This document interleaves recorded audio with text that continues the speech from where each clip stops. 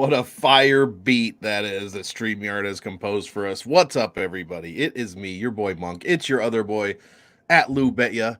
And we are here on Friday afternoon to bring you the happy hour, Monk and Lou's happy hour for UFC Vegas 68, UFC Korea in America, headlined by Derek Lewis, maybe, and Sergey Spivac. We'll see if it actually happens this time. Lou, what's cracking? Are you excited for these fights? I was looking forward to the next week's pay-per-view, but I was putting in all the data last night, and honestly, this card might be like just this much worse than next week's card. When I think of South Korea, I think of two things: Derek Lewis and Kyle Nelson.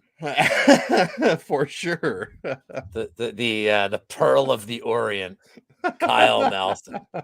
I said it earlier in the week. I love this show. I love this card. I like the undercard a lot, except for the one fight. But I like the undercard. I actually, just looking at the tape, like, I like all four of these finals. I really do. Like, you hate the Contender Series. I love the Contender Series. So for me, this is like, I'm getting the Kappa Contender Series card.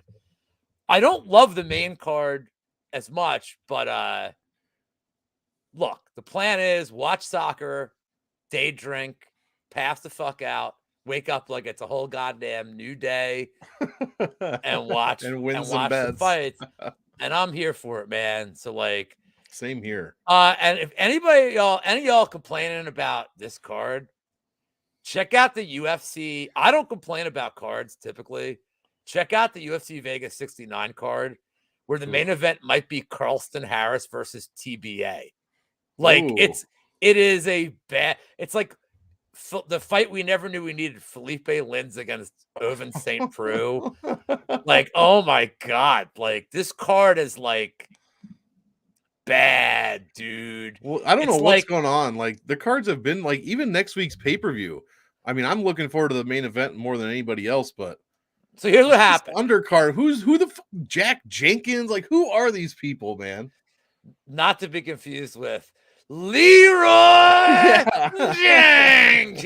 Nothing against Jack Jenkins, but like, why is he fighting on a pay-per-view? So the problem is now they have too many fighters and they got to get them all on the fucking thing. So now we get, like, jabronis. Like, meanwhile, I'm like, all I'm thinking about is like when Shavkat fighting again. Give me Shavkat, please. When's Jack Della fighting again? Jack Della is next weekend. Luckily for us, we have Indonesian Billy Q on this card, and I'm very excited. True. That is true. Well, let's shout out the chat. Let's shout out the chat. Let's. By the way, you wore that hat Wednesday. I didn't wear the shirt Wednesday. It's my new thing. I got 4 shirts. I'm a hat guy now, and I rock this style of hats. I think it's a good look for you. I appreciate it. I think it's a good look, but I don't want to say that. Instead, I'm going to say, oh, look, you get a show of Kyle Marley. Now you're wearing fucking hats, motherfucker. I'm all fancy now. Everybody knows I'm bald. Now you can see a red line on my head. Couldn't wear. By the way, everybody's like, oh, Lou's bald. It's like, bro, I have hair. Like, dude, I have hair. See, I have this line. This line is nice, my hairline, but it's just this one back here. I ain't trying to say I got a lot of it. But it's there. And yeah, also, even if I still have hair all over my head, guys. My face is attached to my head. The beard is attached to my face. This is hair on my head. I don't want to hear it. End of story. All right. Respect the bald guys with the beard. Let me shout out the chat because it's what people do. Yeah. We got Propaholic here. Propaholic did I have not listened because I'm too old for Twitter Spaces. Like, it's probably same, which is a shame. But I know he's doing a prop show with Mike Catch Warrior, which I love to hear that. We got Mushroom, who people are calling him the King of Philly. I object to that comment. I mean, but Mushroom is my dude. We got Prince of Mischief. We got Eric Fain here. Sean motherfucking V is here. Propaholic, as they say. Ring a ding. Ring a ding. Ding, baby. We don't have Wheezy here, so I'm just going to say, oi. Yes. Guys, without further ado. What's Barleywood? Why am I moving there? Because of the hat? Is that an area in Pennsylvania? I don't know. Mushroom said something about the last comment. I figured you would know. Unless it's somewhere in jolly old England. Huh? I don't know. Maybe he is the fucking king of Philly because I don't know what the fuck Barleywood is. That must be some like pocket in the Northeast. But Maybe it's the place that has the most. let's go. Yeah, let's get into it. We've been bullshitting enough. This is a damn good idea, Prince of Mischief. I'll have to see about that. First fight, guys. A guy I'm super excited to see fight. Tatsuro Taira going against Jesus Aguilar. I'm not going to spend a ton of time on this one. Taira's made optimal in both of his UFC fights. $9,600 this week, guys. I just don't know if he's going to be able to pay that off. To get a 13x, which is your average DraftKings optimal lineup value, he's going to have to score like 128. 125, something like that. I think he can score over 100. I just don't know if he's going to jail Almeida this guy. I love Taira for cash. I will be playing him in some GPPs, but I'll probably be under the field. Right now, his projected ownership is around 45% for 9,600. So, I mean, Almeida made it at 97, but that's Jelton Almeida here. I mean, if Taira makes it at 96, I'll be very surprised in a good way. But I think he's going to have a lot of dogs not win. And also have a lot of people not score in the triple digits for that to happen. So give me Taira for the win. I'll probably be a little under the field for him for GBB tournaments, though. Lou, any betting angles? Are you looking to play this guy at minus 1,500 or what? Yes, he's 75 units to win 0.3. I have, in fact, at the end of the show, I'll go over my tracked bets. I have everything tracked in Bet MMA tips right now. It was a pain in the fucking ass because I tracked my round robin, my 4 best bets. So it's like, it's going to manually put in 10 parlays is like a fucking asshole thing. Oh, but I played under 2.5 minus 160. Taira in the distance is minus 170. Well, in the distance is minus 170. So like you save 10 cents on Taira should just murder this guy. And then you get like the freak Aguilar, like actually like locks the guillotine in. Nothing really to say here. I have a lineup with Taira in our like the Iron Man like start like I think we talked about this Wednesday when I did the DFS show. I kind of went like stars and scrubs approach. I know that my broadcast partner Munkelstein hates 9,600. I get it. Yeah. I don't know how early in the week he got plus 850. He must have gotten that early in the week. I too have a poke on the KO prop. I got it at plus 600. This is the last thing I'll say about this fight. It's because it's like Bo Nickel in a sense, and it's like these guys that maybe they aren't the most refined strikers, but they've been wrestling heavy. That their hands are like anvils, like where Bo Nickel like doesn't have to hit you with a clean shot. He could just like glancing blow you, and it's like fuck. Love a nice glancing blow myself. And Taira's hands are like enormous, and they're like rock. Like, dude, he's a strong fucking dude, and I don't think it'll like a glancing blow could knock him out. He could get a ground and pound here. I realize everybody's in the sub. Sub's most likely. Like, I get it. But the KO, if you're Taira, like, I mean, if this thing's on the feet, I think he has more of an advantage. Just like Aguilar has 0 chance of finishing him on the feet. He has a 3% chance of finishing him on the ground. So maybe Taira keeps him standing. I think the KO is priced like it's a great price, and it's dropped. Like it definitely has gone down. So I don't know. Propaholic says plus 850. I don't know what book had that. That might have been early in the week. It's definitely you're not finding that number now. No, we're around 6 right now. Looks like plus 580 on the aggregate. Yeah, right. So, and that was like when I did these numbers like 36 hours ago. So that might be closer to 550 now. But yeah, love Taira here. Last thing I'll say about it, the salary of 9,600 has a win rate of 87.5%. Fantastic. Shocking. Optimal rate of just 18.75. So great for cash. He's saying bet River, so there you go. There we go. Next fight. Oh boy. Pinkies up, baby. I know we are not on the same side. We're gonna disagree on this one. Junyoung Park, the Iron Turtle, going against. Yeah, I'm doing it for you. There we go. Dennis Tilulin. You got to waggle it a little bit. There we go. I will not waggle. Why don't you start this one off? Who do you like for this middleweight throwdown? Okay, so I don't have no bet on this. I have no bet on this except for I took the round 3 sub on Park at plus 1,600. Felt like that's a good bet. Well, I like that. I was gonna take round 2 sub, but you know me. Round three pays more, baby. So I feel like this is a trap. Like, sorry, is this real? Cool. Yeah. So here's what I want to say about this fight, because I actually want to break this down. I don't know what to make it to Lulin. And I say that because when he fought Kizriev, he came in on short notice. He was like, I think Kizriev went from like minus 600 to minus like 1500, 24, like got like absolutely steamed. Kizriev like annihilated him. Didn't win in the first round, but annihilated him. Yeah. And then Tallulah faces Jamie Pickett and knocks him the fuck out, as he should. So Tallulah's had two incredibly predictable fights. Like, they both went the way they should have gone. So I don't know anything more about him now than I did pre-tape. I know what the Iron Turtle's going to do. Iron Turtle's going to probably get hit in the head a bunch of times, throw him against the cage, make it ugly, and then as the fight goes on, Tallulin will fade. I know you love Tallulin, and I get why you love Tallulin, because I think this myth about Park being indestructible is like horseshit. He's not indestructible. And Tallulin has like his one attribute. And if you're going to bet Tallulin, I think round 1 KOs like probably his win condition. So from your perspective, Monk, as a DFS guy, I get it. For me personally, as somebody who also plays DFS, there's a couple of dogs that are like a little better that we'll get to. But I have no bet because, man, Park, and he's minus 245 now, I saw on FanDuel. Like, fuck, dude. Why would he stay in the pocket with Dennis?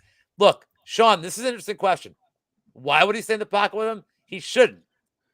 It's the fucking Iron Turtle. Why did he stay in the pocket with Rodriguez? With RoboCop? Yeah.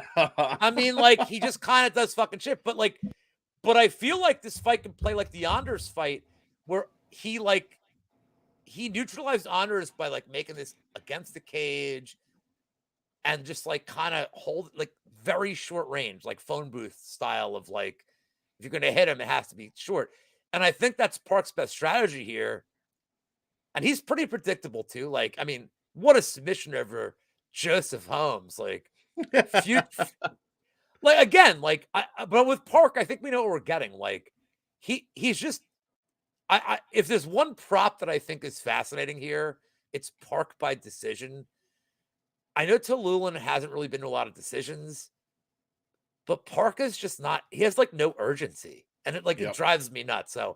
So that being said, I can't bet Park at minus 240 or whatever number it's at now.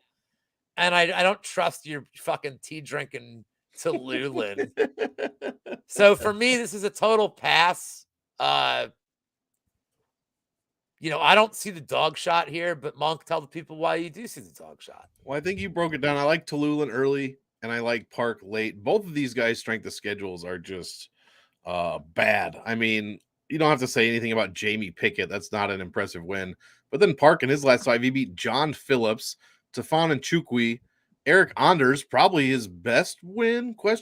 And then Joseph Holmes. Like, nobody out here is really, making a push for that top 15 out of those guys. But Tallulin looked great against Pickett. Yeah, it was Pickett. I don't expect the same type of performance here, but I think 24% is way too low of a projected ownership for your scoring potential on Dennis Tallulin here. At the dog salary, I'm willing to take a shot. I like guys that I think it was Jai Yi. I like him at the dog shot a little bit better maybe. Everybody and their mom's on Adam Fugit this week. So, I mean, what are we even supposed to do with that? So we're going to have to look for some other underdogs. And I think Tallulin is someone that if he gets an early win here is going to give you a ton of value at a cheap price.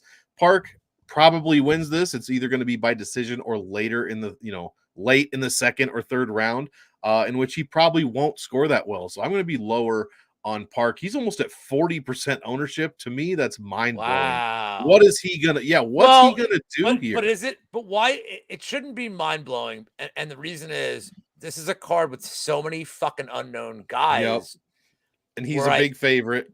But he's also a known entity. And I think that's a big reason, which is why we're gonna get to these next couple of fights. Well, not the next one, but the ones after, where I think that this is where like tournaments are won, is like we're taking some blind faith with some of these guys, these numbers. So I think you see Park and he's not 9, like he's not in the 9 range and he's a known entity. I think I'm just trying to explain why I think the ownership's as high as it is. Yeah, it seems to be great. Like I was projecting about 30% for him, and it's currently 10% over that. So I'm gonna throw Mushroom out of the room if he keeps saying Eagles. Next fight, maybe this fight will keep him distracted because it's so good. Ji Kim, Mandy Bum. I'll keep this short. I'm not rostering Kim at all in 20 maxes. I'm not even once. I think Mandy Bum is worth maybe 1 or 2 lineups, maybe 5-10% at the most, just because she's so cheap. And if even with a decision win, if she scores 70 points, that might be enough to do something. I'm not interested in this fight. I'm not going to continue to break it down. This is a terrible low-level women's MMA fight, high variance, and I like the dog here. I'm picking Kim to win, but I mean, for DFS, I don't like either. But I'll have like I said, 10% total ownership, and it'll probably all be on Bum. So yeah, that's about how I sit on this one. Lou, are you interested, or are we going to keep it moving on this? Well, look, this is going to be another one of those you don't have to bet this fight, but like earlier in the week in our group chat, yeah, I mean, Sean's making a good point. Like, I mean, he's a leverage play. Like, if Tululin knocks him out, I mean, you just knocked out 40% of the field, like to win a GP pick. Exactly. So, yeah. He's a great leverage spot. I just don't think he's good. No, he's not. But here's the thing. Like, I'm gonna play 15 lineups. Like, I already have it like kind of got that. He's in 3 of them. Like, I can't, like, I have lineups that have neither one. I don't think you cannot play him. All right, so now this fight. So earlier in the week in our group chat, I said, can somebody explain to me why Bohm is +2, whatever? And this was like just as I was starting to tape. And, Brady was like pretty adamant. Brady like hates Mandy Bohm. Like, and I mean like to the point where like, did Brady date her? Because like, yeah, there's bad blood here. Like his anger is like how I would feel about like an ex-girlfriend. So I'm like, why is because really I look at the line, I'm like, why is Kim this big of a favorite? He's right on cue. Right on cue, dude. He's always watching. Big brother is watching. So I went through the tape and like, what's Bohm's path to victory? And like, Bohm's, oh, that's what he meant to say. Yeah, that's yeah. All right, well, that's not our Philly region. So Bohm, like, I guess Bohm, hello, Jana. Bohm has some wrestling in her back pocket, but she doesn't have any cardio, and she's so low volume that like outside of a flash KO, I don't really know what Bohm's path is. Ji Kim at least throws a lot and her cardio is good. So like I've seen people taking the poke on Kim KO. If you feel the need to have money on this fight, that's great. I don't. Like so are we sure Mandy Bum is not actually Michael Trezano? Are we sure about this? For the sake of the show, I'm going to pick Kim. Okay. In case Brian from Twitch is watching, because now that we came in the standings, like I want to do it again. I want to. Oh yeah, win. I gotta send in my picks because I always change them. I'll send. All right, I'll send him mine too. But like, so I'm gonna pick Kim, but like never bet him. But much like the Farron Nunez fight. Look at Jenna with the line of the show so far. Guys, PSA, you don't have to bet this fight. You don't have to bet this fight. Yeah. With that's the best. I saw my guy Catch Warrior put like he's like tracking like 0.05 on Kim KO, and I'm like, dude, don't even track. Like, look, man, don't even track the bet. If you want to throw like $2-3 on the round 2, round 3 KOs, just do it. Don't track that. You know why? Because you could clean sweep the card, and then that's your loss. And I'd be like, look at this fucking horseshit bet you put in. Like, why? Don't track a bet on this. By the way, he just said, AO, he I guess just came in. Monk, you said a 40%. About 40 for Park and about 25 for Tululin. So this fight is like, wow, 25, really? All right, well, yeah. There's 2 dogs I like so much better than Tululin, but all right. Maybe we'll not the see. upside. Maybe not the upside of Tallulah with the first round KO, but dogs I like that I think can win fights. And Right. here's one of them. I was going to ask if this was one guy that you were speaking of. We got the first or second, the second of the Parks, Hyunsung Park going against Sung Guk Choi. Why don't you start us off here? We got some a very closely lined fight according to DraftKings. All week I was like, man, I'm gonna get, if I go drink before the show, I'm gonna get thrown off YouTube for like the way I like pronunciate things. And then I realized two things. Number one, this is my 5th show of the week. Mm-hmm. So I'm well practiced. And number two, you're the host of this fucking show. So you're the one. If anybody's gonna fuck them up, it's gonna be you, Monk. Well, they tried to get me with this one, that's for sure. So I'm gonna talk about this one purely from a numbers standpoint, because I watched the tape and like Park looks like a killer and Choi looks like a decisionator. Talking to Brady about this like early in the week, and he's like, why his fight doesn't go plus odds? Like it doesn't make sense. And like, and it didn't. And like based on the eye test, it really doesn't. But there's a reason for it. I think part of the reason is that Choi's he seems like he's pretty durable. Now, I haven't preached on this show for the last 2 weeks. You know, and I'm only up 11 some units in the 2 weeks. I'm not. That's it. Oh man. No, I'm having a good 2 weeks. Like I've avoided some spots like Rebecca in the distance and shit like that. I'm not trying to cheat some of these money lines. Like I'm avoiding some of these spots. Choi seems fucking durable and Park is undefeated. So I wonder if that's a lot of the reason that this fight doesn't go, because if Park's the one with finish equity. Yeah. I do have a poke on the split decision here because Choi is like not a great wrestler, but a willing wrestler. But I just want to talk from a DFS standpoint, Monk. He seems like, because he's not great at keeping somebody down, he might get like 9 takedowns in this fight. Like which I know is music to your beautiful ears. Oh like, yeah. He may just like keep dumping him down. He might have 9 takedowns in like 74 seconds of control time. Like it might be one of those kind of fights. I would side with the dog just based on like, if the fight doesn't go as plus money, I feel like Choi's the one with serious decision equity here. They can both wrestle. They're both defensively irresponsible, like horrendously defensively irresponsible. But Choi, he's had decisions. His 3rd rounds, he hasn't looked tired. Give me if I get to the 3rd round on a fucking close fight, I always want the dog ticket there. So, oh yeah. This is a numbers play more than anything. Look, guys, if you're watching this, anybody in the community that tells you these next couple of fights, they're so like, especially this one, that you're so strong on one side or the other, like, dude, we're all flying blind, man. Like, we don't know. We're doing our best. Like, we just don't fucking know. I don't have a bet on this fight except the split decision prop. It's plus 400. It's plus 700 for Park. It's plus 1100 for Choi, which doesn't make sense for me because I don't know that Park really has decision equity, but give me Choi by split decision plus 1100. Please and thank you. Let's fucking go Choi. And that's one Choi and one Park that I have on the card so far. Yeah. Well, and I talked to my buddy, one of them. Revenge Elephant Monday's former roommate, Larson, my buddy Greg. His girlfriend is South Korean. So she told me who's going to win all these fights. Oh, she knows all the fighters. She's South Korean of the library.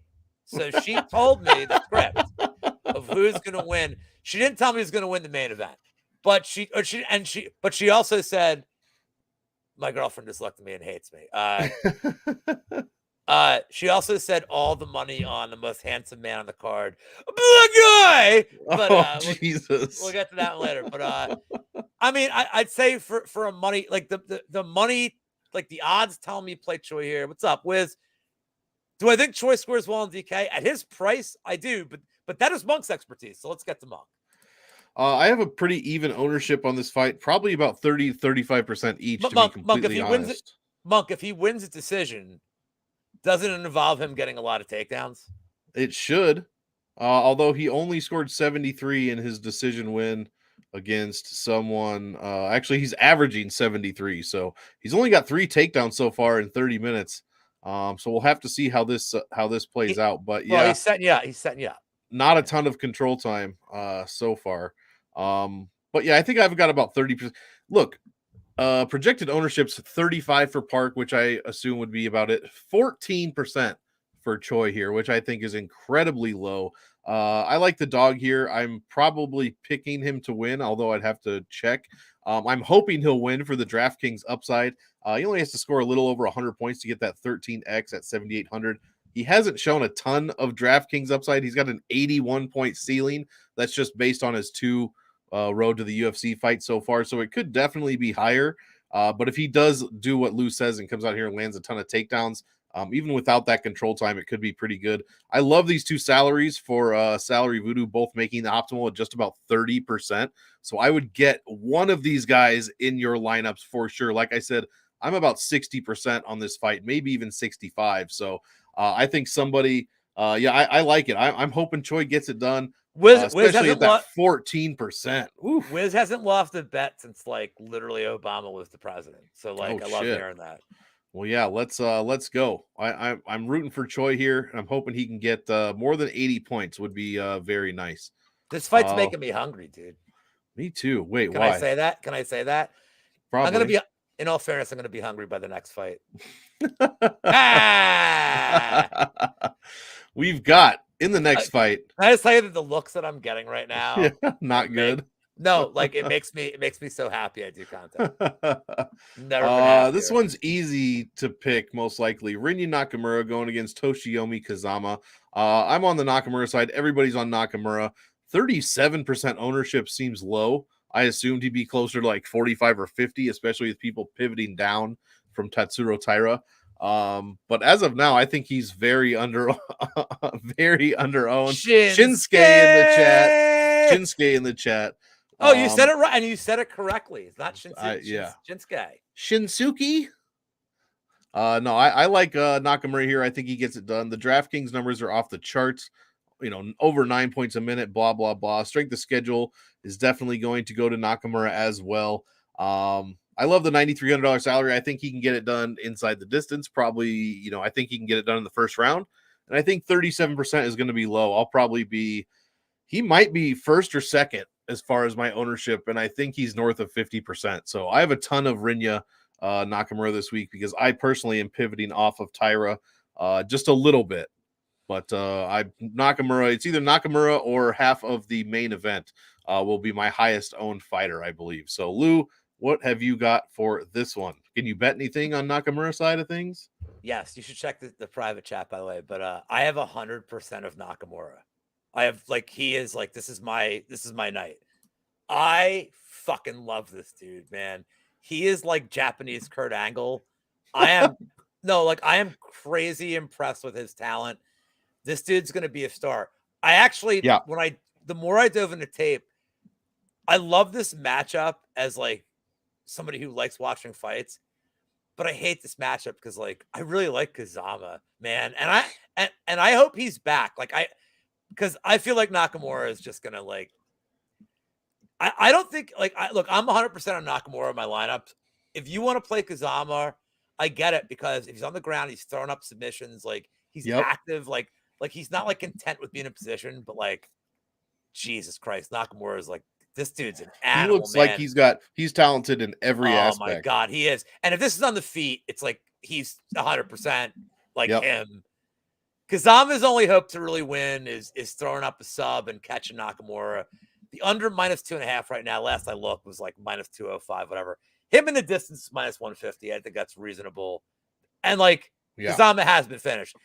Minus 150 to cheat a minus 4 to 35 line is perfectly acceptable. I love Nakamura. Again, 100% of my lineups, dude. I like him way better than Taira. Yeah. Because his ceiling is higher, right? It's way high. Gotta be way higher because if Nakamura wins in the second round, he probably had 8 minutes of control time. He probably had 4 takedowns. Whereas with Taira, it's the second he gets Aguilar down, he probably finishing him. Taira's more first round dependent than Nakamura is. Right. But if you want to say they're both first round dependent, their salaries, then give me the guy $300 cheaper. Like 41% control time for Nakamura, and this guy can strike too. Yeah, it's. Oh, hold on. Well, I love it. I want to put this up here. We're gonna get to the Kinoshita Yeah, we fight. will.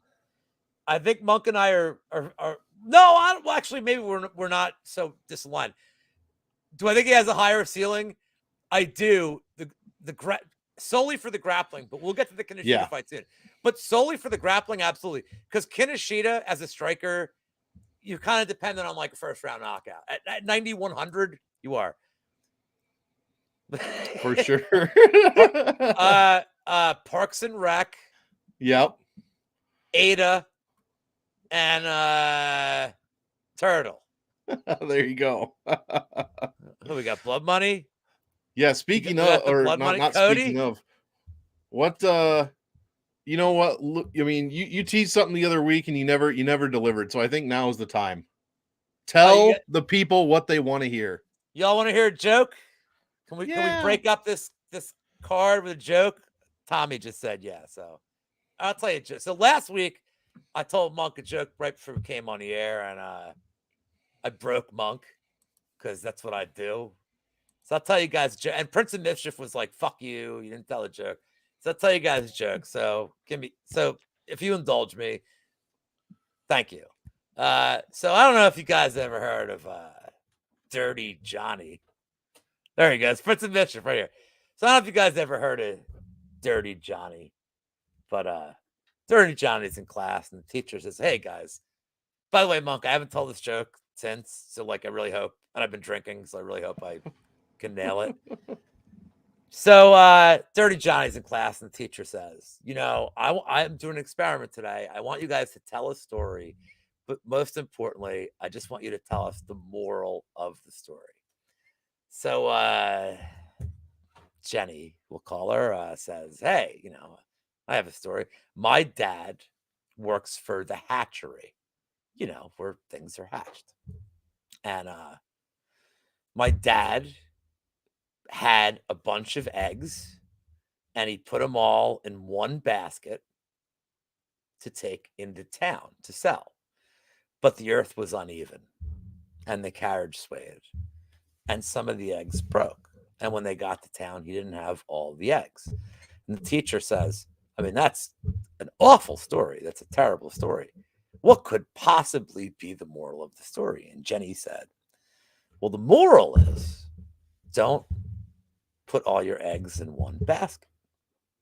And the teacher says, "By God, that's exactly what I'm talking about for this lesson. We have a clear moral of the story." And then Stacy raises her hand, and Stacy says, "I have a story too, teacher. My dad also works the hatchery." God bless the hatchery for providing all these jobs to keeping the town afloat, to the fictional town. God bless the hatchery. And Stacy says, "My dad was bringing chickens into town. He brought 9 chickens, but he also brought 6 eggs that were ready to hatch. So he told the people in town he had 15 chickens. And they took them into town. But Monk, the earth was uneven, and the carriage swayed. And 3 of those eggs broke. And when they got into town, he didn't have all the chickens he had promised. And the teacher said, "This is another absolutely terrible story, and I'm wondering if every story about the hatchery is terrible. What could possibly be the moral of the story?" And Stacy said, "Is Stacy the name I used? I can't remember. It was whoever." Stacy Abernathy. Stacy Abernathy says, "The moral is don't count your chickens before they're hatched because you won't get enough money for them at the market." The teacher says, and you could probably shorten that, but also, by God, this is what I'm talking about for the moral of the story. And then in the back of the classroom, Dirty Johnny raises his hand. And the teacher says, "For fuck's sake, I don't want to call him Dirty Johnny, but I have an obligation. I took an oath to teach these kids. Dirty Johnny, go ahead and tell your story." And he says, "Okay, so I have an Uncle Terry who does not work at the hatchery. In fact, he hates the hatchery. He hates the fucking hatchery. Uncle Terry was in Vietnam, and Uncle Terry didn't even get along with his troop. And it was so bad that his troop abandoned him in the jungle. They left him 2 bottles of whiskey, a couple of Kalashnikovs, and said, figure out how the fuck to get home, son. So he wakes up and he's a surly bastard to begin with. And he drank one of the bottles of whiskey just on his own. And then he's wandering through the jungle and he happens upon a town. Are they Charlie? Are they not Charlie? Didn't matter. He just kept swigging that whiskey. And as soon as he saw people coming out of their house, he just opened fire. He killed the men. He killed the women. And by God, he killed the children. And as he looked at all the blood and the guts around him, he touched his pants and he thought he was touching urine, and he felt shame and disgust. And then he realized it was ejaculate, and his shame turned into pride and a sense of belonging that he had done this. And the teacher says, Jesus fucking Christ, like, what story is this? What are you doing? He goes, what's the moral of the story? And Dirty Johnny, he sits there and he sits for a couple of seconds and he goes, He goes, well, I guess the moral is like, don't fuck with Uncle Terry when he's had a few drinks, man. Especially if you work for the fucking hatchery. Like, do not fuck with Uncle Terry because he will fucking wreck shit. Thank you guys for hanging in there for story time. This will be my last broadcast on the MMA Engine. Brady is scrubbing the channel. He's already found your replacement. I am just hoping Brady's like, I have to like go do health stuff before my show and like didn't watch any of this. So Prince of Mischief, that's what you missed last week. There you go.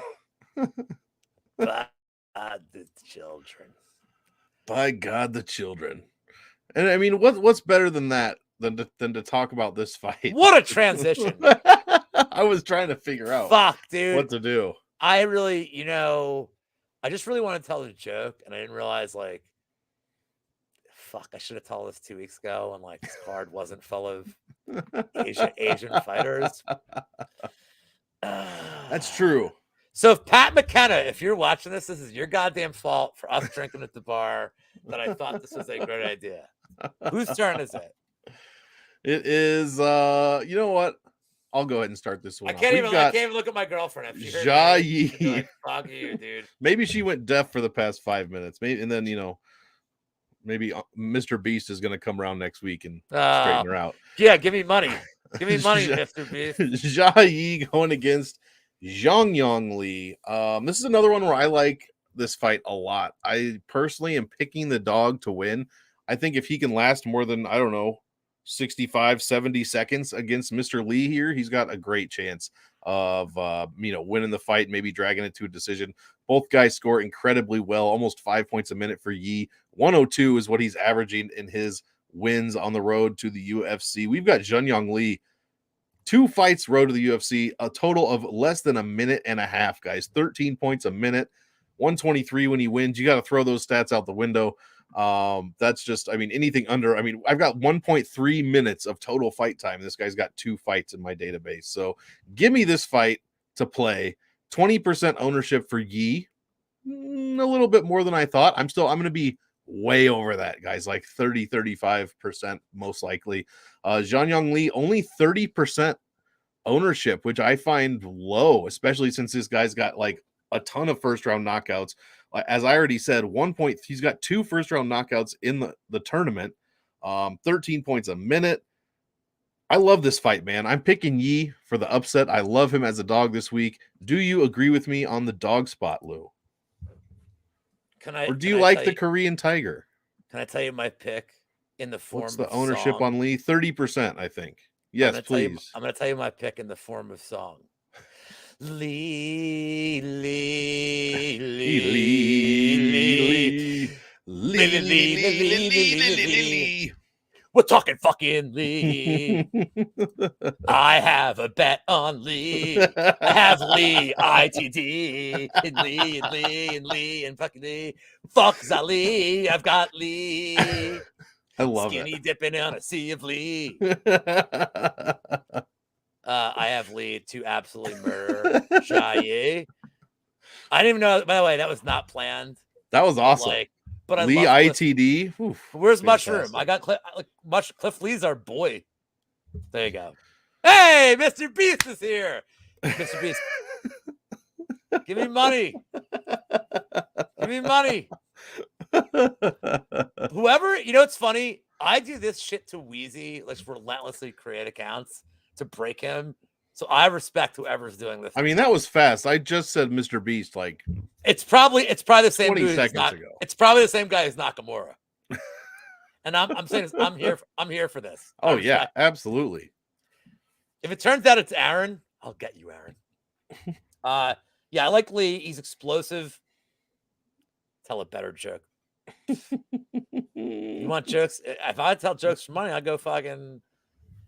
I'll be at the fucking Parsippany Laugh Factory later tonight, man. I'll tell jokes for money. Hey, if Brendan Schaub can do it, I like Lee. Everything I've seen, he's so explosive. Jai, a little tentative.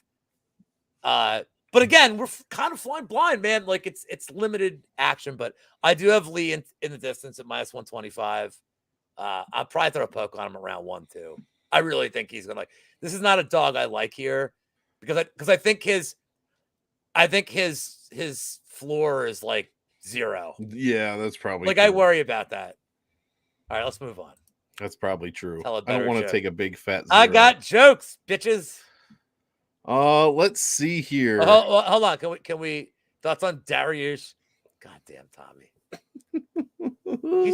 He's switching accounts too, dude. He's like, all these fuckers are like, which I'm here for. Like, dude, I've used like 6 accounts during one of Weezy's shows. Just to be like, I'm like pulling out the Johnny Parsons account, like my Kay Hansen account. Jacques Tits.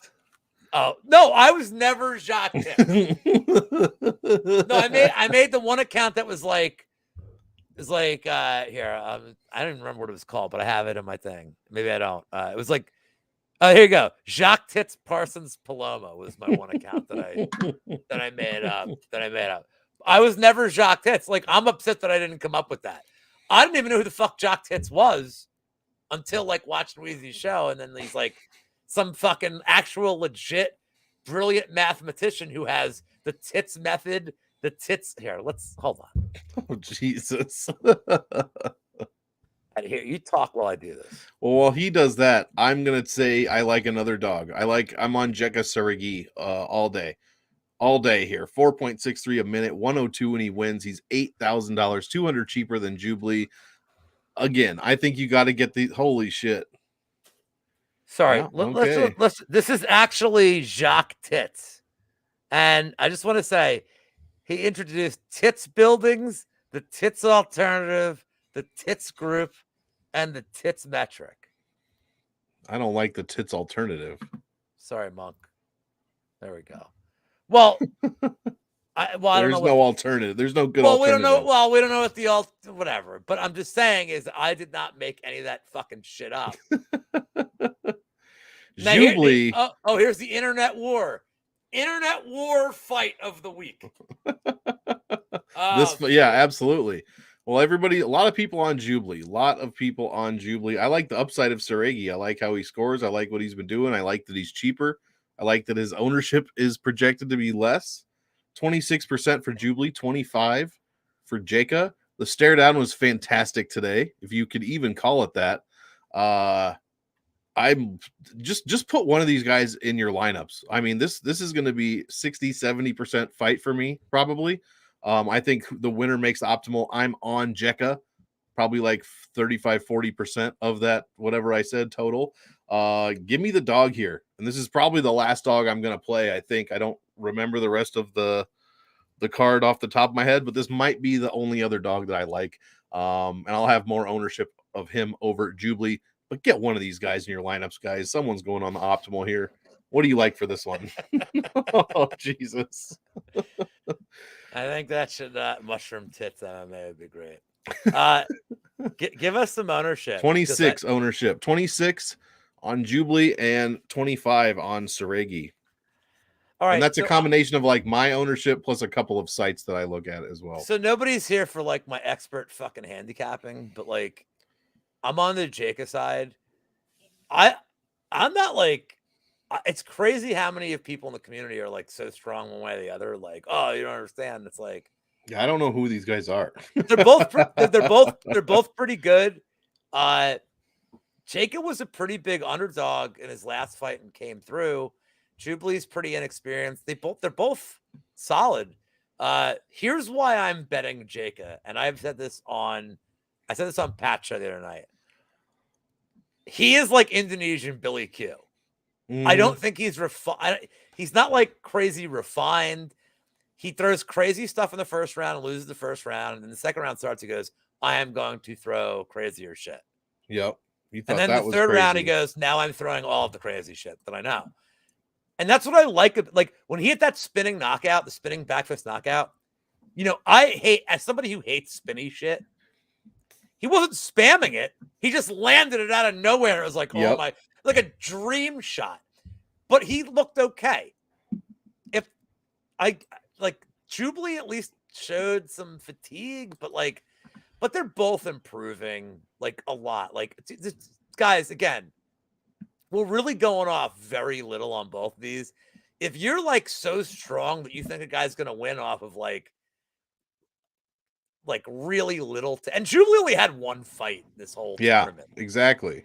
Like Ted DiBiase paid. He's only got 6 pro fights. Like this is like the Ted DiBiase shit where like he's like, I'm buying my way to the final. Like still, like I'm saying is like if you like Jubilee and like what you've seen, that's great. But he still only had 6 fights, and like, man, 5 of them were against like very bad opponents. Yeah, 4 decisions as well, which is not going to score well. And meanwhile, Jake is kind of sloppy and he's like explosive, but he's up. So like, if you're one of these fools that thinks like so strongly in the community that a guy's gonna win, like, I mean, good for you. Like, I'm taking Jaka because his style is like Billy Q and that like crazy bullshit that I like to root for. But like, I have zero confidence in this, and I'm playing them both. Like, yeah, I like they are in. I think I have maybe 2 or 3 lineups where I don't even have this fight. But I'm 50-50 on this. Like, yeah, Jubilee, they both have takedown upside. They both have KO upside. Like, I think it's going to be I think it's going to be a great war. I will say this. I would like to see, I hope this isn't the last we see of one or the other. Right. So I think like, they're both like, they both have some attributes that make them like fun to watch. Jacob way more than Jubilee as a fun fighter. But also, like, my definition of fun fighter is Darren Elkins, and like he doesn't win a lot. Not lately. So, you know, there's that. Here's a dog that I was on and then heard that everybody else on the block is on him, and now I'm not going to be on him as much anymore. Oh, come on. Adam Fugit going against Yusaku Kinoshita. There's no dogs this week, guys. Like, we're searching here for dogs. Everybody's on Fugit because you can't play the guy. You can't play Kazama.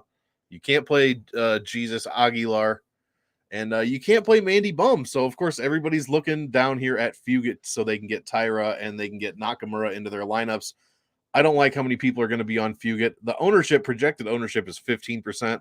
I guarantee you it's going to be much, much higher than that in the 20s. In the 20s for sure. I like Kinoshita here to win.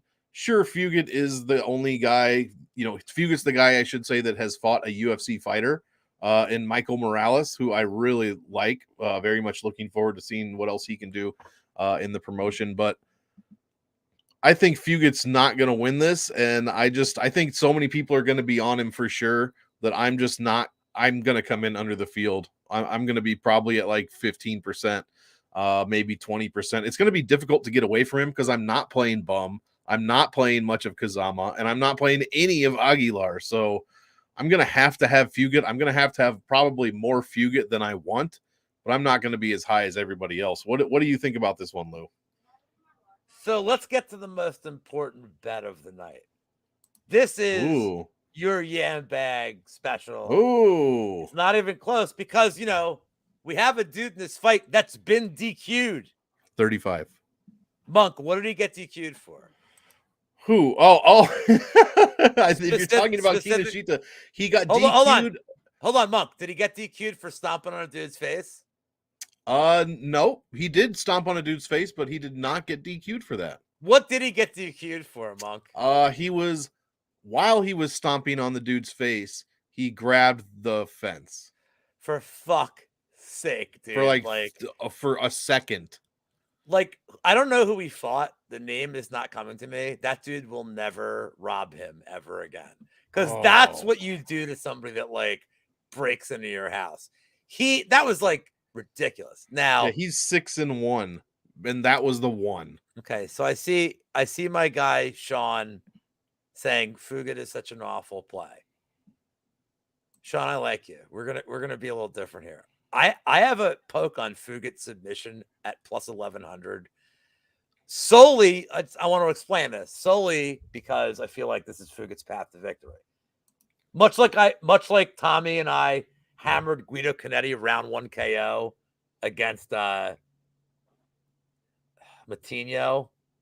If you think a dude's path, if a dude has one path to victory and you give me 10-1 on it, I got to take a shot.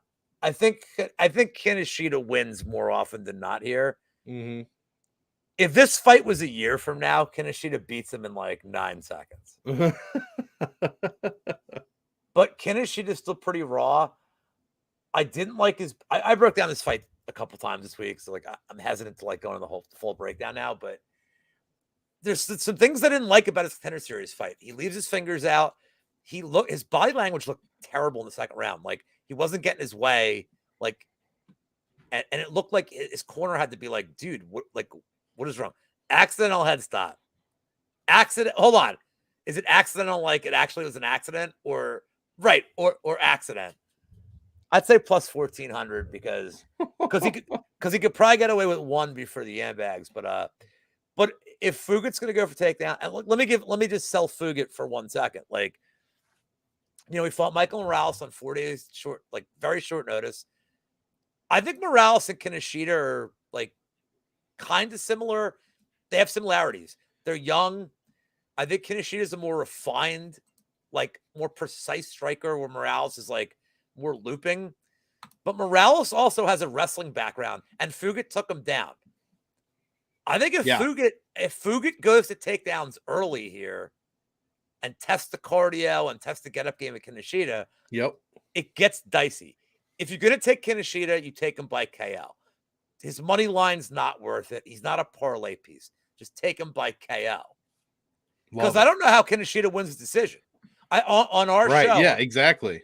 On the DFS show I did this week with you guys, this was my prize picks play, the under on his strikes. I think it was 56. And I'm like, this is a crazy number because if he lands 30 strikes, he's knocking Fugit out. Right. Or he's getting subbed. So I'm taking the dog shot on Fugit. Sorry to be I gotta take a stand on somebody. And I broke this down with Aaron the dog and just my 2 cents. Did a show on Wednesday, and we were all on Fugit. Even the DFS show, Monk. See? All 4 of us. See? But that's DFS. I've changed my lineup since then. I've taken him out. You're the worst. He's out of there. Look, I think Kinoshita wins more often than not here. At plus 1100 for the sub with Fugit, I had to take a poke. But like I said, just don't. If you're gonna bet Kinoshita, just don't take a money line. Take him KO, man. And he's got power late. At least he showed he does against Enrique. But I'm taking the dog shot here. By the way, I very small. This is Sisma. 0.05. No, that's a fucking catch warrior bet. He's fucking doing dude. Again, I'm not I talked to Mike. I like catch warrior. We're friends for the next month. Who knows? I'm weird, but he's posting these bets, and I'm like, dude, don't track this bet. It's like Right. it's like 0.05 units on a Kim knockout. How about just don't track it, dude? Just throw $3 on it and be like, cool, I won. Right. Like, We'll see what happens. Because you know what happens? He's like, oh, dude, I'm up 8 units, and I'm like, yeah, you would have been up like 8.09 if not for like your fucking. Because all I'll focus on is this fucking Kim Is shit. the bum And be like, why did you bet this fight, dude? Like, right? dude, look, last time we were here, he bet fair and decision. Oh, And I hated the play solely because I hated anybody betting on that fight. right. But the way that fight played out, I wrote him a message and I'm like, damn, dude, you got fucking jobbed. Right. Because I thought she won, but also, like, why not? That's the third round of a 1-1 fight. Of course you want the underdog. Like, so he made a good play. It's like, oh, the size difference. And I'm like, doesn't matter. It's a skill difference. But I'll be damned, dude. That size difference was like the whole first round. Oh, yeah. It was Nunez. Nunez was doing like fucking B button, like uppercuts into range. Like, whereas Pham was just like, yep, like I'm just gonna like. She literally held her head like the cousin running at you. You know what I mean? Right. She did that. And it was like, Nunez can't do shit. And I'm like, oh, fuck. She's dead, dude. Yeah. And by the way, I just want one more thing with Sean here. I get it. I am not like, if you haven't noticed the theme of this card, there's no super confidence for me on any of this. It's not. I didn't say I have Fugit money line. I took the shot on Fugit submission because the plus 1100. Like, do I want plus 1100 on Fugit? Or do I want like basically even money with Kinoshita? And his prediction shark is bringing up, it's a dude with 6 pro fights. Like, I mean, if Fugit shoots a takedown the first minute of this fight and controls the first round, that's why I don't bet his money line. Because how good do you feel? How good do you feel having that money line? Minus 300. You have his KO prop, you don't care. You're like, all right. But right. But I'm like Sean's big on Kinoshita KO. There's a lot of people on Kinoshita KO. I understand it. Just don't bet if you're gonna bet him, do not bet his money line. There's no reason. And the under is a fucking that's part of my round robin that's tracked that we'll get to. Or maybe it's not. Actually, it's probably not. Maybe it's not. Actually, I left that one out, but that's all right. We'll get to that. Go ahead. Let's move on. Let's see. We've got Kyle Nelson. It is a great on this card. I do think it's a great value play. Yeah, it can be for sure. Kyle Nelson, Do Ho Choi, the return of the Korean Superboy after his 3 years of military, whatever you want to call it. I can't think of words right now. I like Choi here. I'm not going to get off of him just because he's been gone for 3 years. Yes, he also lost 3 fights in a row, at least 2 of them, by TKO to Stevens, and Jourdain also lost to Cub Swanson, which is, I believe, a Hall of Fame fight, if I'm not mistaken. I just don't trust Kyle Nelson. He's 1-4 in his last 5. In fact, he's 1-4 in the UFC. He scores 2 points a minute. His only win is over Marco Polo Reyes. This dude lost to Matt Sales, Jai Herbert. Give me Do Ho Choi. I'm hoping I think his ceiling is ridiculous here. I don't care about the layoff. I'm putting him in a few of my lineups. I'm not going to go crazy with Do Ho Choi at 8,600, but I might have 30%. We'll have to see. I'm hoping that Choi finishes him quickly first round. I'm not giving Nelson much of a chance when here. You're talking. That's not me. I'm not hitting anything. Don't hit the buttons. You must be your hand must be shaking. You're hitting those buttons too quick. I have the itis. Give me a Do Ho Choi. Bad matchup for Nelson. I agree. 1-4. I don't trust him. Don't like him from DraftKings. I love Choi's upside here. What do you think about this fight? It's hard to bet on Choi with like his history and his injuries, and then you realize he's facing Kyle Nelson. 30%. Now, yeah. So I have a question. And this is for the chat too. If Kyle Nelson faced Gordo, what's the number? I mean, I like Gordo, but he would probably tell you it would be a very big number. I don't think Nelson's more than minus 300 against Gordo. Because I don't think Nelson's minus 300 against anybody in the world. Dude, Gordo could like smooth talk him into just like verbal submission. Be like, he's so nice, I lose. You can't. This is what I hate about this kind of fight.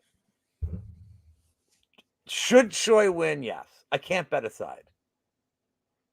I have the under. Gordo's plus 250. Dude, if I can train Gordo, it'd be all right.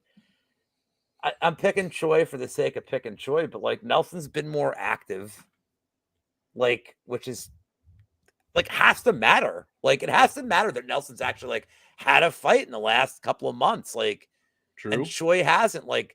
Dude, Choi's Choi looked. But it's not like he's taking time off to go find himself. This dude, he's staying in shape.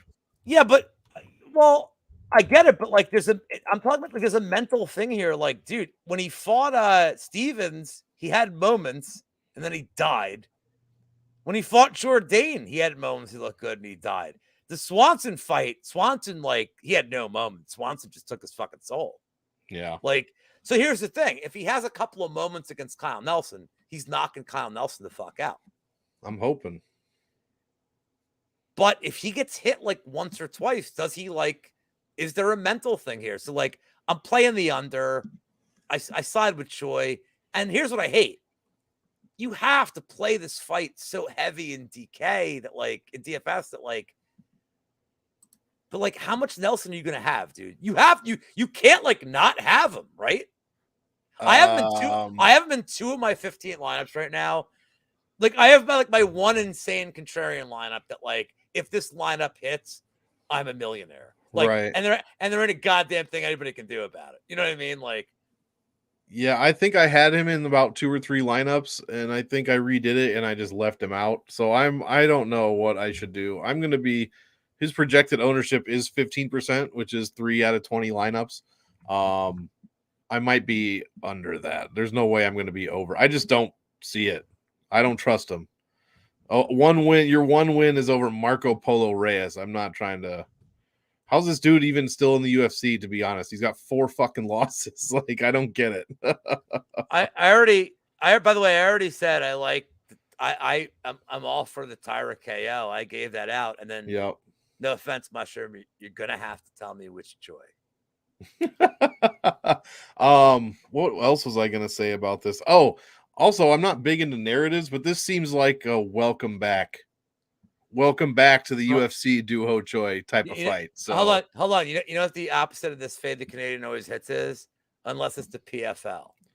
And then true. Then you load up on the Canadian gangster to maul these fools. then you're betting on a millionaire. I told the kid I'll give my 4 leg round robin that's tracked. Those are my 4 best plays. So I'll do that at the very end. There we go.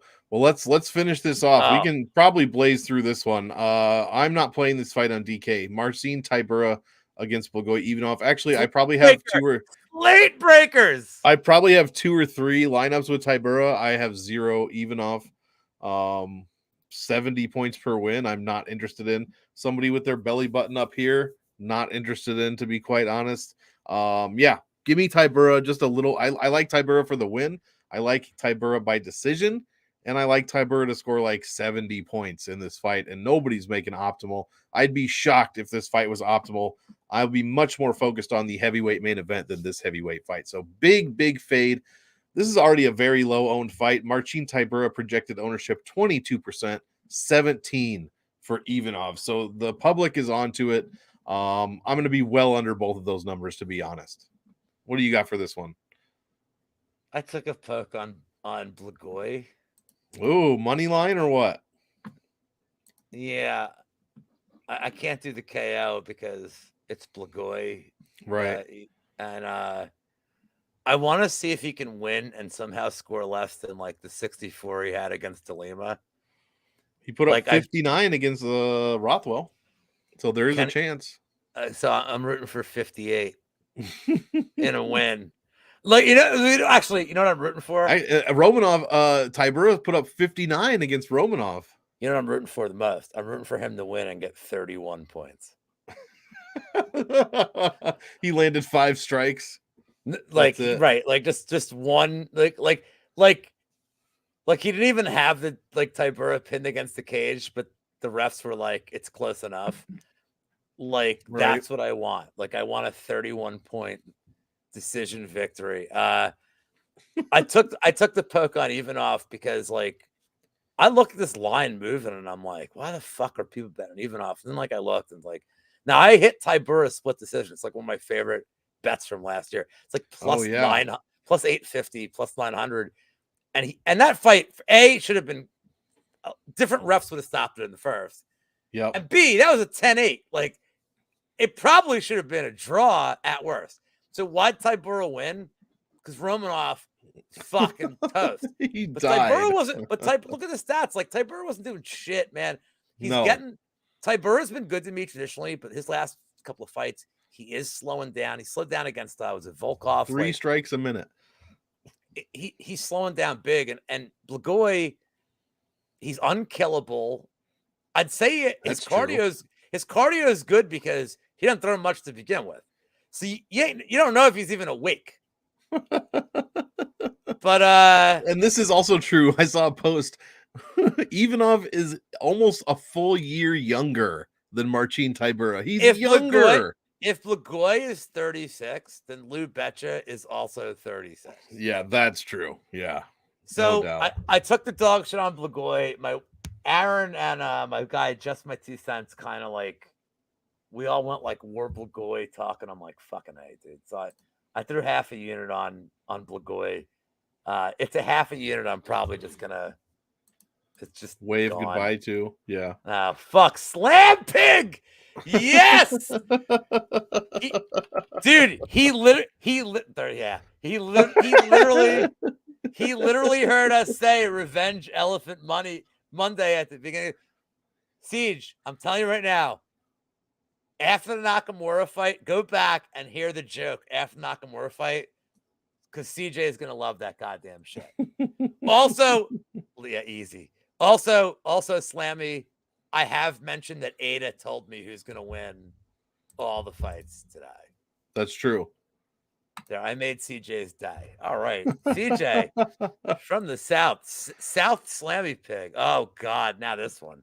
All right. Why don't you start us off on this one? Da Un Jung, which on the UFC's website and every like Tapology, he's always listed as Da Un Jung. The weigh-in video today, he was listed as Da Woon Jung, Woon. I've never seen it spelled like that before, but apparently that's his actual name. So yeah, what have you got for this one? So my guy Paul gave out Devin Clark decision last night on the prop show, and I almost cut the video feed off. If he wins this by decision at 3 a.m, I'm not even going to watch the main event. I have a poke on the Doon Jung KO. I don't think you can back him at the money line. It's like he's not trustworthy money line, and honestly, Doon Jung's not trustworthy. I don't think Devin Clark has good cardio at all, but Doon Jung is not trustworthy in the third round of fights. Like he's not like the William Knight fight. Like, yeah, he was getting takedowns. William Knight, gas bag. He got 10-8'd by Sam Alvey. Like, I can't trust him late in fights. So if you're gonna play him, you play him KO. I have not made a play on this fight yet. Something's holding me back, man. Like, it's weird. Like, I just don't. Trap? Like, I haven't bet the main event yet either.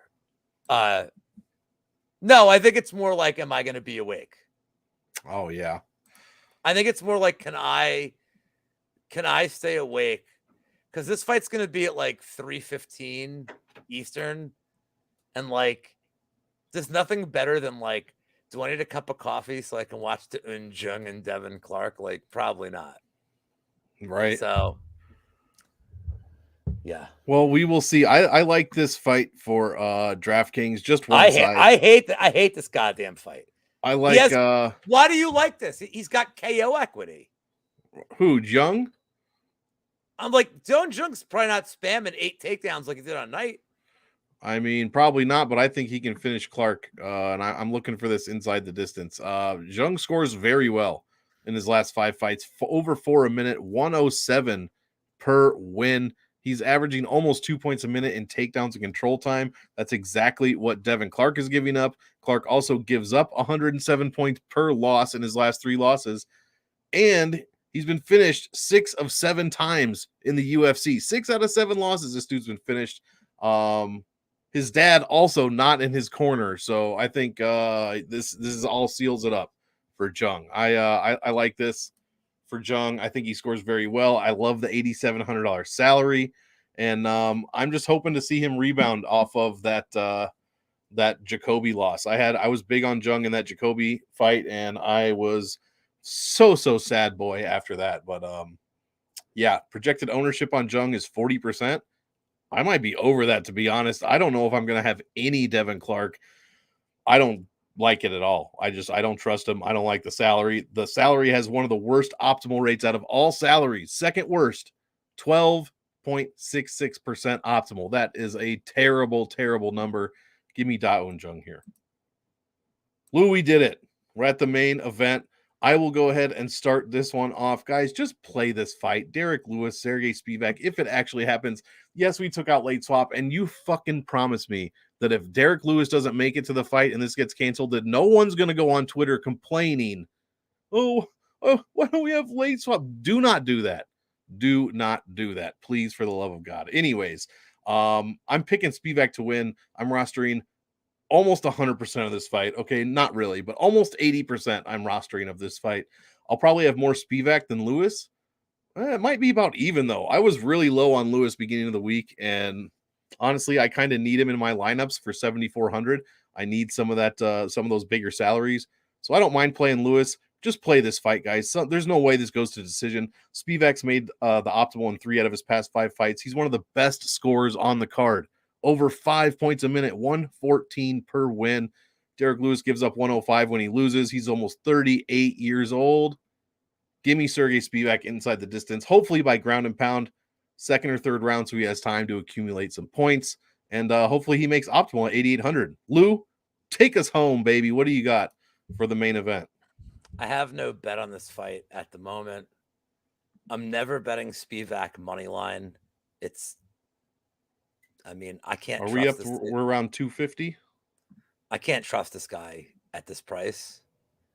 But Lewis is, look, he's undefeated at the Apex, which I understand. I'll always root for Derek Lewis. And this may be a situation where I just root for him. So, Monk, the pick is Derek Lewis. The pick is Derek Lewis by round 3 KO. This is round 3. I'm done. I'm just rooting for Lewis. That's it. I'd love to see him get it done, man. It's going to be interesting.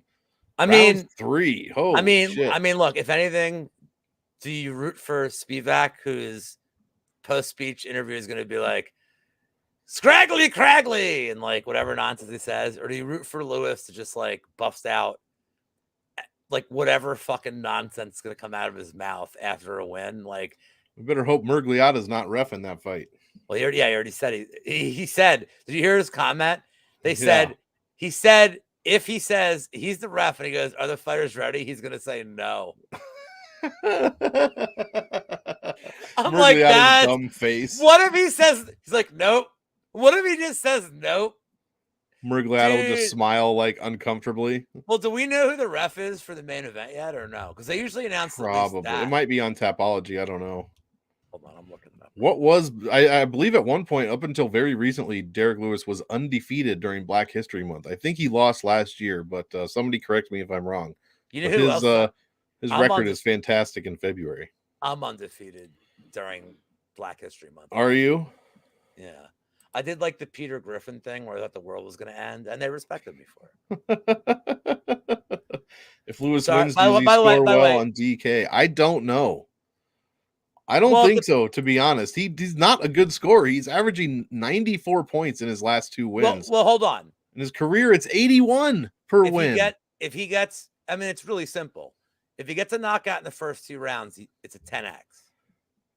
Sure, yeah, he is so cheap. His average points per knockout 94 in his last Well, he gets. 5. I'm In saying his career, it's 94. He'll get to 70 and he'll get a knockdown, Yeah. and 1 significant strike. So if he gets over 90, he's got a good chance. He's got a great chance of making optimal. Yeah.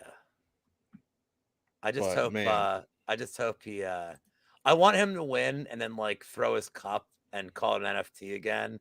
Well, NFTs have failed, so like maybe he'll do some other ridiculous. He's got to make some shit up. All right, so that is gonna do it, guys. Lou, what is your let me give the round robin for these guys. Yeah. All right. Yeah, so what's up? Hold on. What's up with this vomiting? He looks great, but he weighs the exact same, and apparently he's been doing nothing but puking. So I don't know what's. I heard he's exactly the same human being as Kate Moss. That's what I heard. All right, so here are my track bets. I have 3 small pokes on dogs. I took Bulgarian 50 cent, Blagoy, really small poke on Fugit sub, and then I took Jaka. The round robin of confidence is Tyra under 2.5 at -160, Nakamura in the distance -150, Jung Young Lee in the distance at -125, and Duho Choi, Kyle Nelson. Fight doesn't start round 3, -150. These are all on DraftKings. In terms of props that I have Tyra KO, and I have the Iron Turtle sub and round 3 sub. I may add more based on what Narco Cop tells me to do later. Yes, keep awake for that. Well, look, I run a prop show, and which I think is, in all fairness, I think I run a very good prop show. It's entertaining. It's not like long. It's not laborious. This is no knock on Lambo Show. I fucking love the Lambo Show. I love getting invites to the Lambo Show. I love being on that show. The only thing I'll say is that I don't throw 6 darts at a fight. I understand why you would. You're not trying to win a 16-1 bet when you do that. You're trying to mitigate it and trying to win. You're basically trying to win like a 3-1 bet. I'm not knocking that. To me, it's like I just want to make the 1 bet. But I love watching the Lambo Show. I respect Narco and Tim like immensely. Like Narco is like to me, Narco, nobody breaks down fights better than Mike. He is the best. Like it's that simple. So when he finds something that I don't see, I listen. And like Tim, by the way, Tim is like crazy underrated. Like I don't think people give Tim Troiano his fucking respect. Like Tim's a fucking animal. So like I don't do spaces a lot, again, because I'm old, and then I have to like get off my lawn, or I don't know where I'm going with this, but like but tomorrow is the kind of card where like I'm gonna be listening to their spaces to be like, I'm curious to see what they're seeing live, and like maybe I'll make some weird plays. Like so it's a weird card. It's a weird card. Like, you know, if they're seeing things like so yeah, I mean I run. You know, my prop show is I'll stand by what I do. My prop show is definitely far more entertaining. They won't even argue. They won't even argue that. They can't argue that it's not. I mean, my prop show is like literally like a talk show where I'm like, you know, I'm gonna have Roman Reigns on one of these days. Nice. You know, hopefully I have Shinsuke Nakamura on. I had this mushroom guy on a few weeks ago, and now he's like big time in all of us. Like he won't even fucking post pictures of food anymore. He's like, nope. Yeah, I'm not even hungry. He's like, nah, I'm professional now. Like he fucking robbed some guy in a back alley today, and then after he robbed him, he's like, what's up, bitches? UFC hype. Like he's already like goddamn. He's way above me already. He's already like well deserved. Well deserved. Nah, Mushroom's a good dude. Well, that's gonna do it. Yeah, I want to go. Yeah, me too. I'm starving. Guys, you can find me, MonkMMATics channel. Check out Salary Voodoo before the card starts tomorrow night at 10 p.m., 11 p.m., wherever you're at. Check out Game Theory on my channel. Check out, we got stuff going on. I mean, over in Marleywood, as they call it. Marleywood. Other than that, man, it's I live for the Friday happy hour show. So what have you got for this one? By that, I mean, I've just said that so many times. I don't know why I just said it again, but oh my lord. oh Oh wow. my lord. Well, this I one's love how he good. put his nickname in quotes in case Yeah. Jesus Christ. Good grief. tell the It's people not, where they can find you, Charlie Brown. I'm going to tell you right now, it's not easy to break me on air where I become like, I don't have a response. I ain't got a response to that, man. Jesus Christ. I want to say, like, I shook the magic 8 ball and it says future is unclear. There you go. I'll answer that. You can find me on Lou Betya Twitter. You can find me at again the Parsippany Laugh Shack. Yep. In an hour, telling great jokes about the hatchery. And once again, guys, God, thank God for the hatchery. I mean, it keeps this town afloat. Providing all these towns, this uneven earth town. It doesn't smell good, but thank God for the hatchery. Please go watch the prop show. I did a show with Patrick, Addicted to Combat, which we were like, we're two insane people. I did a DFS show with Monk, and I took Wheezy's chair. I think the week before I had taken Gordo's chair. I win every goddamn week I'm on that show. I do. I literally have the best lineup, and it's like, well, let's go over last week's shows. I'm like, bitch. I had 6. And yours is just gone. Points. I'm like, dude, I had 500 some points. I'm like, what do you mean he won with 460? I'm like, it's documented. It's in the Iron Man competition. It's documented. I won. I don't know. This spreadsheet says differently. You're not even on it, so I don't even know what to tell you. Dude, I should be like the auxiliary. I'm like fucking the auxiliary guest. But go watch the prop show. Like Paul Dahl and I did, like, he's really sharp. Like, Paul didn't do a lot of videos, but like good perspective, like fun. And I tried to, like, get a little bit of his personality out. Paul did a really good job for a guy who never does videos. Check that out. And more importantly, good luck, guys. Like, this is a really weird fucking dicey card. I have a lot of bets in, it looks like, on MMA tips, but I don't have a lot of units in. Like, typically, I typically like 10 units deep. I'm at 7 right now. Well, shade over 7. I mean, it's a tricky card. Like, be careful and have fun. It's a late night card. Like, dude, just have fun with it. Like, yeah. And Monk, Monk, tell the people the good stuff to get us out of here. Yeah, as usual, guys, we want all of you to enjoy the fight. So enjoy, and we will see you next time. Go get some food, get some sleep before tomorrow night's card, and we'll see you next week for the pay-per-view, guys. Take it easy.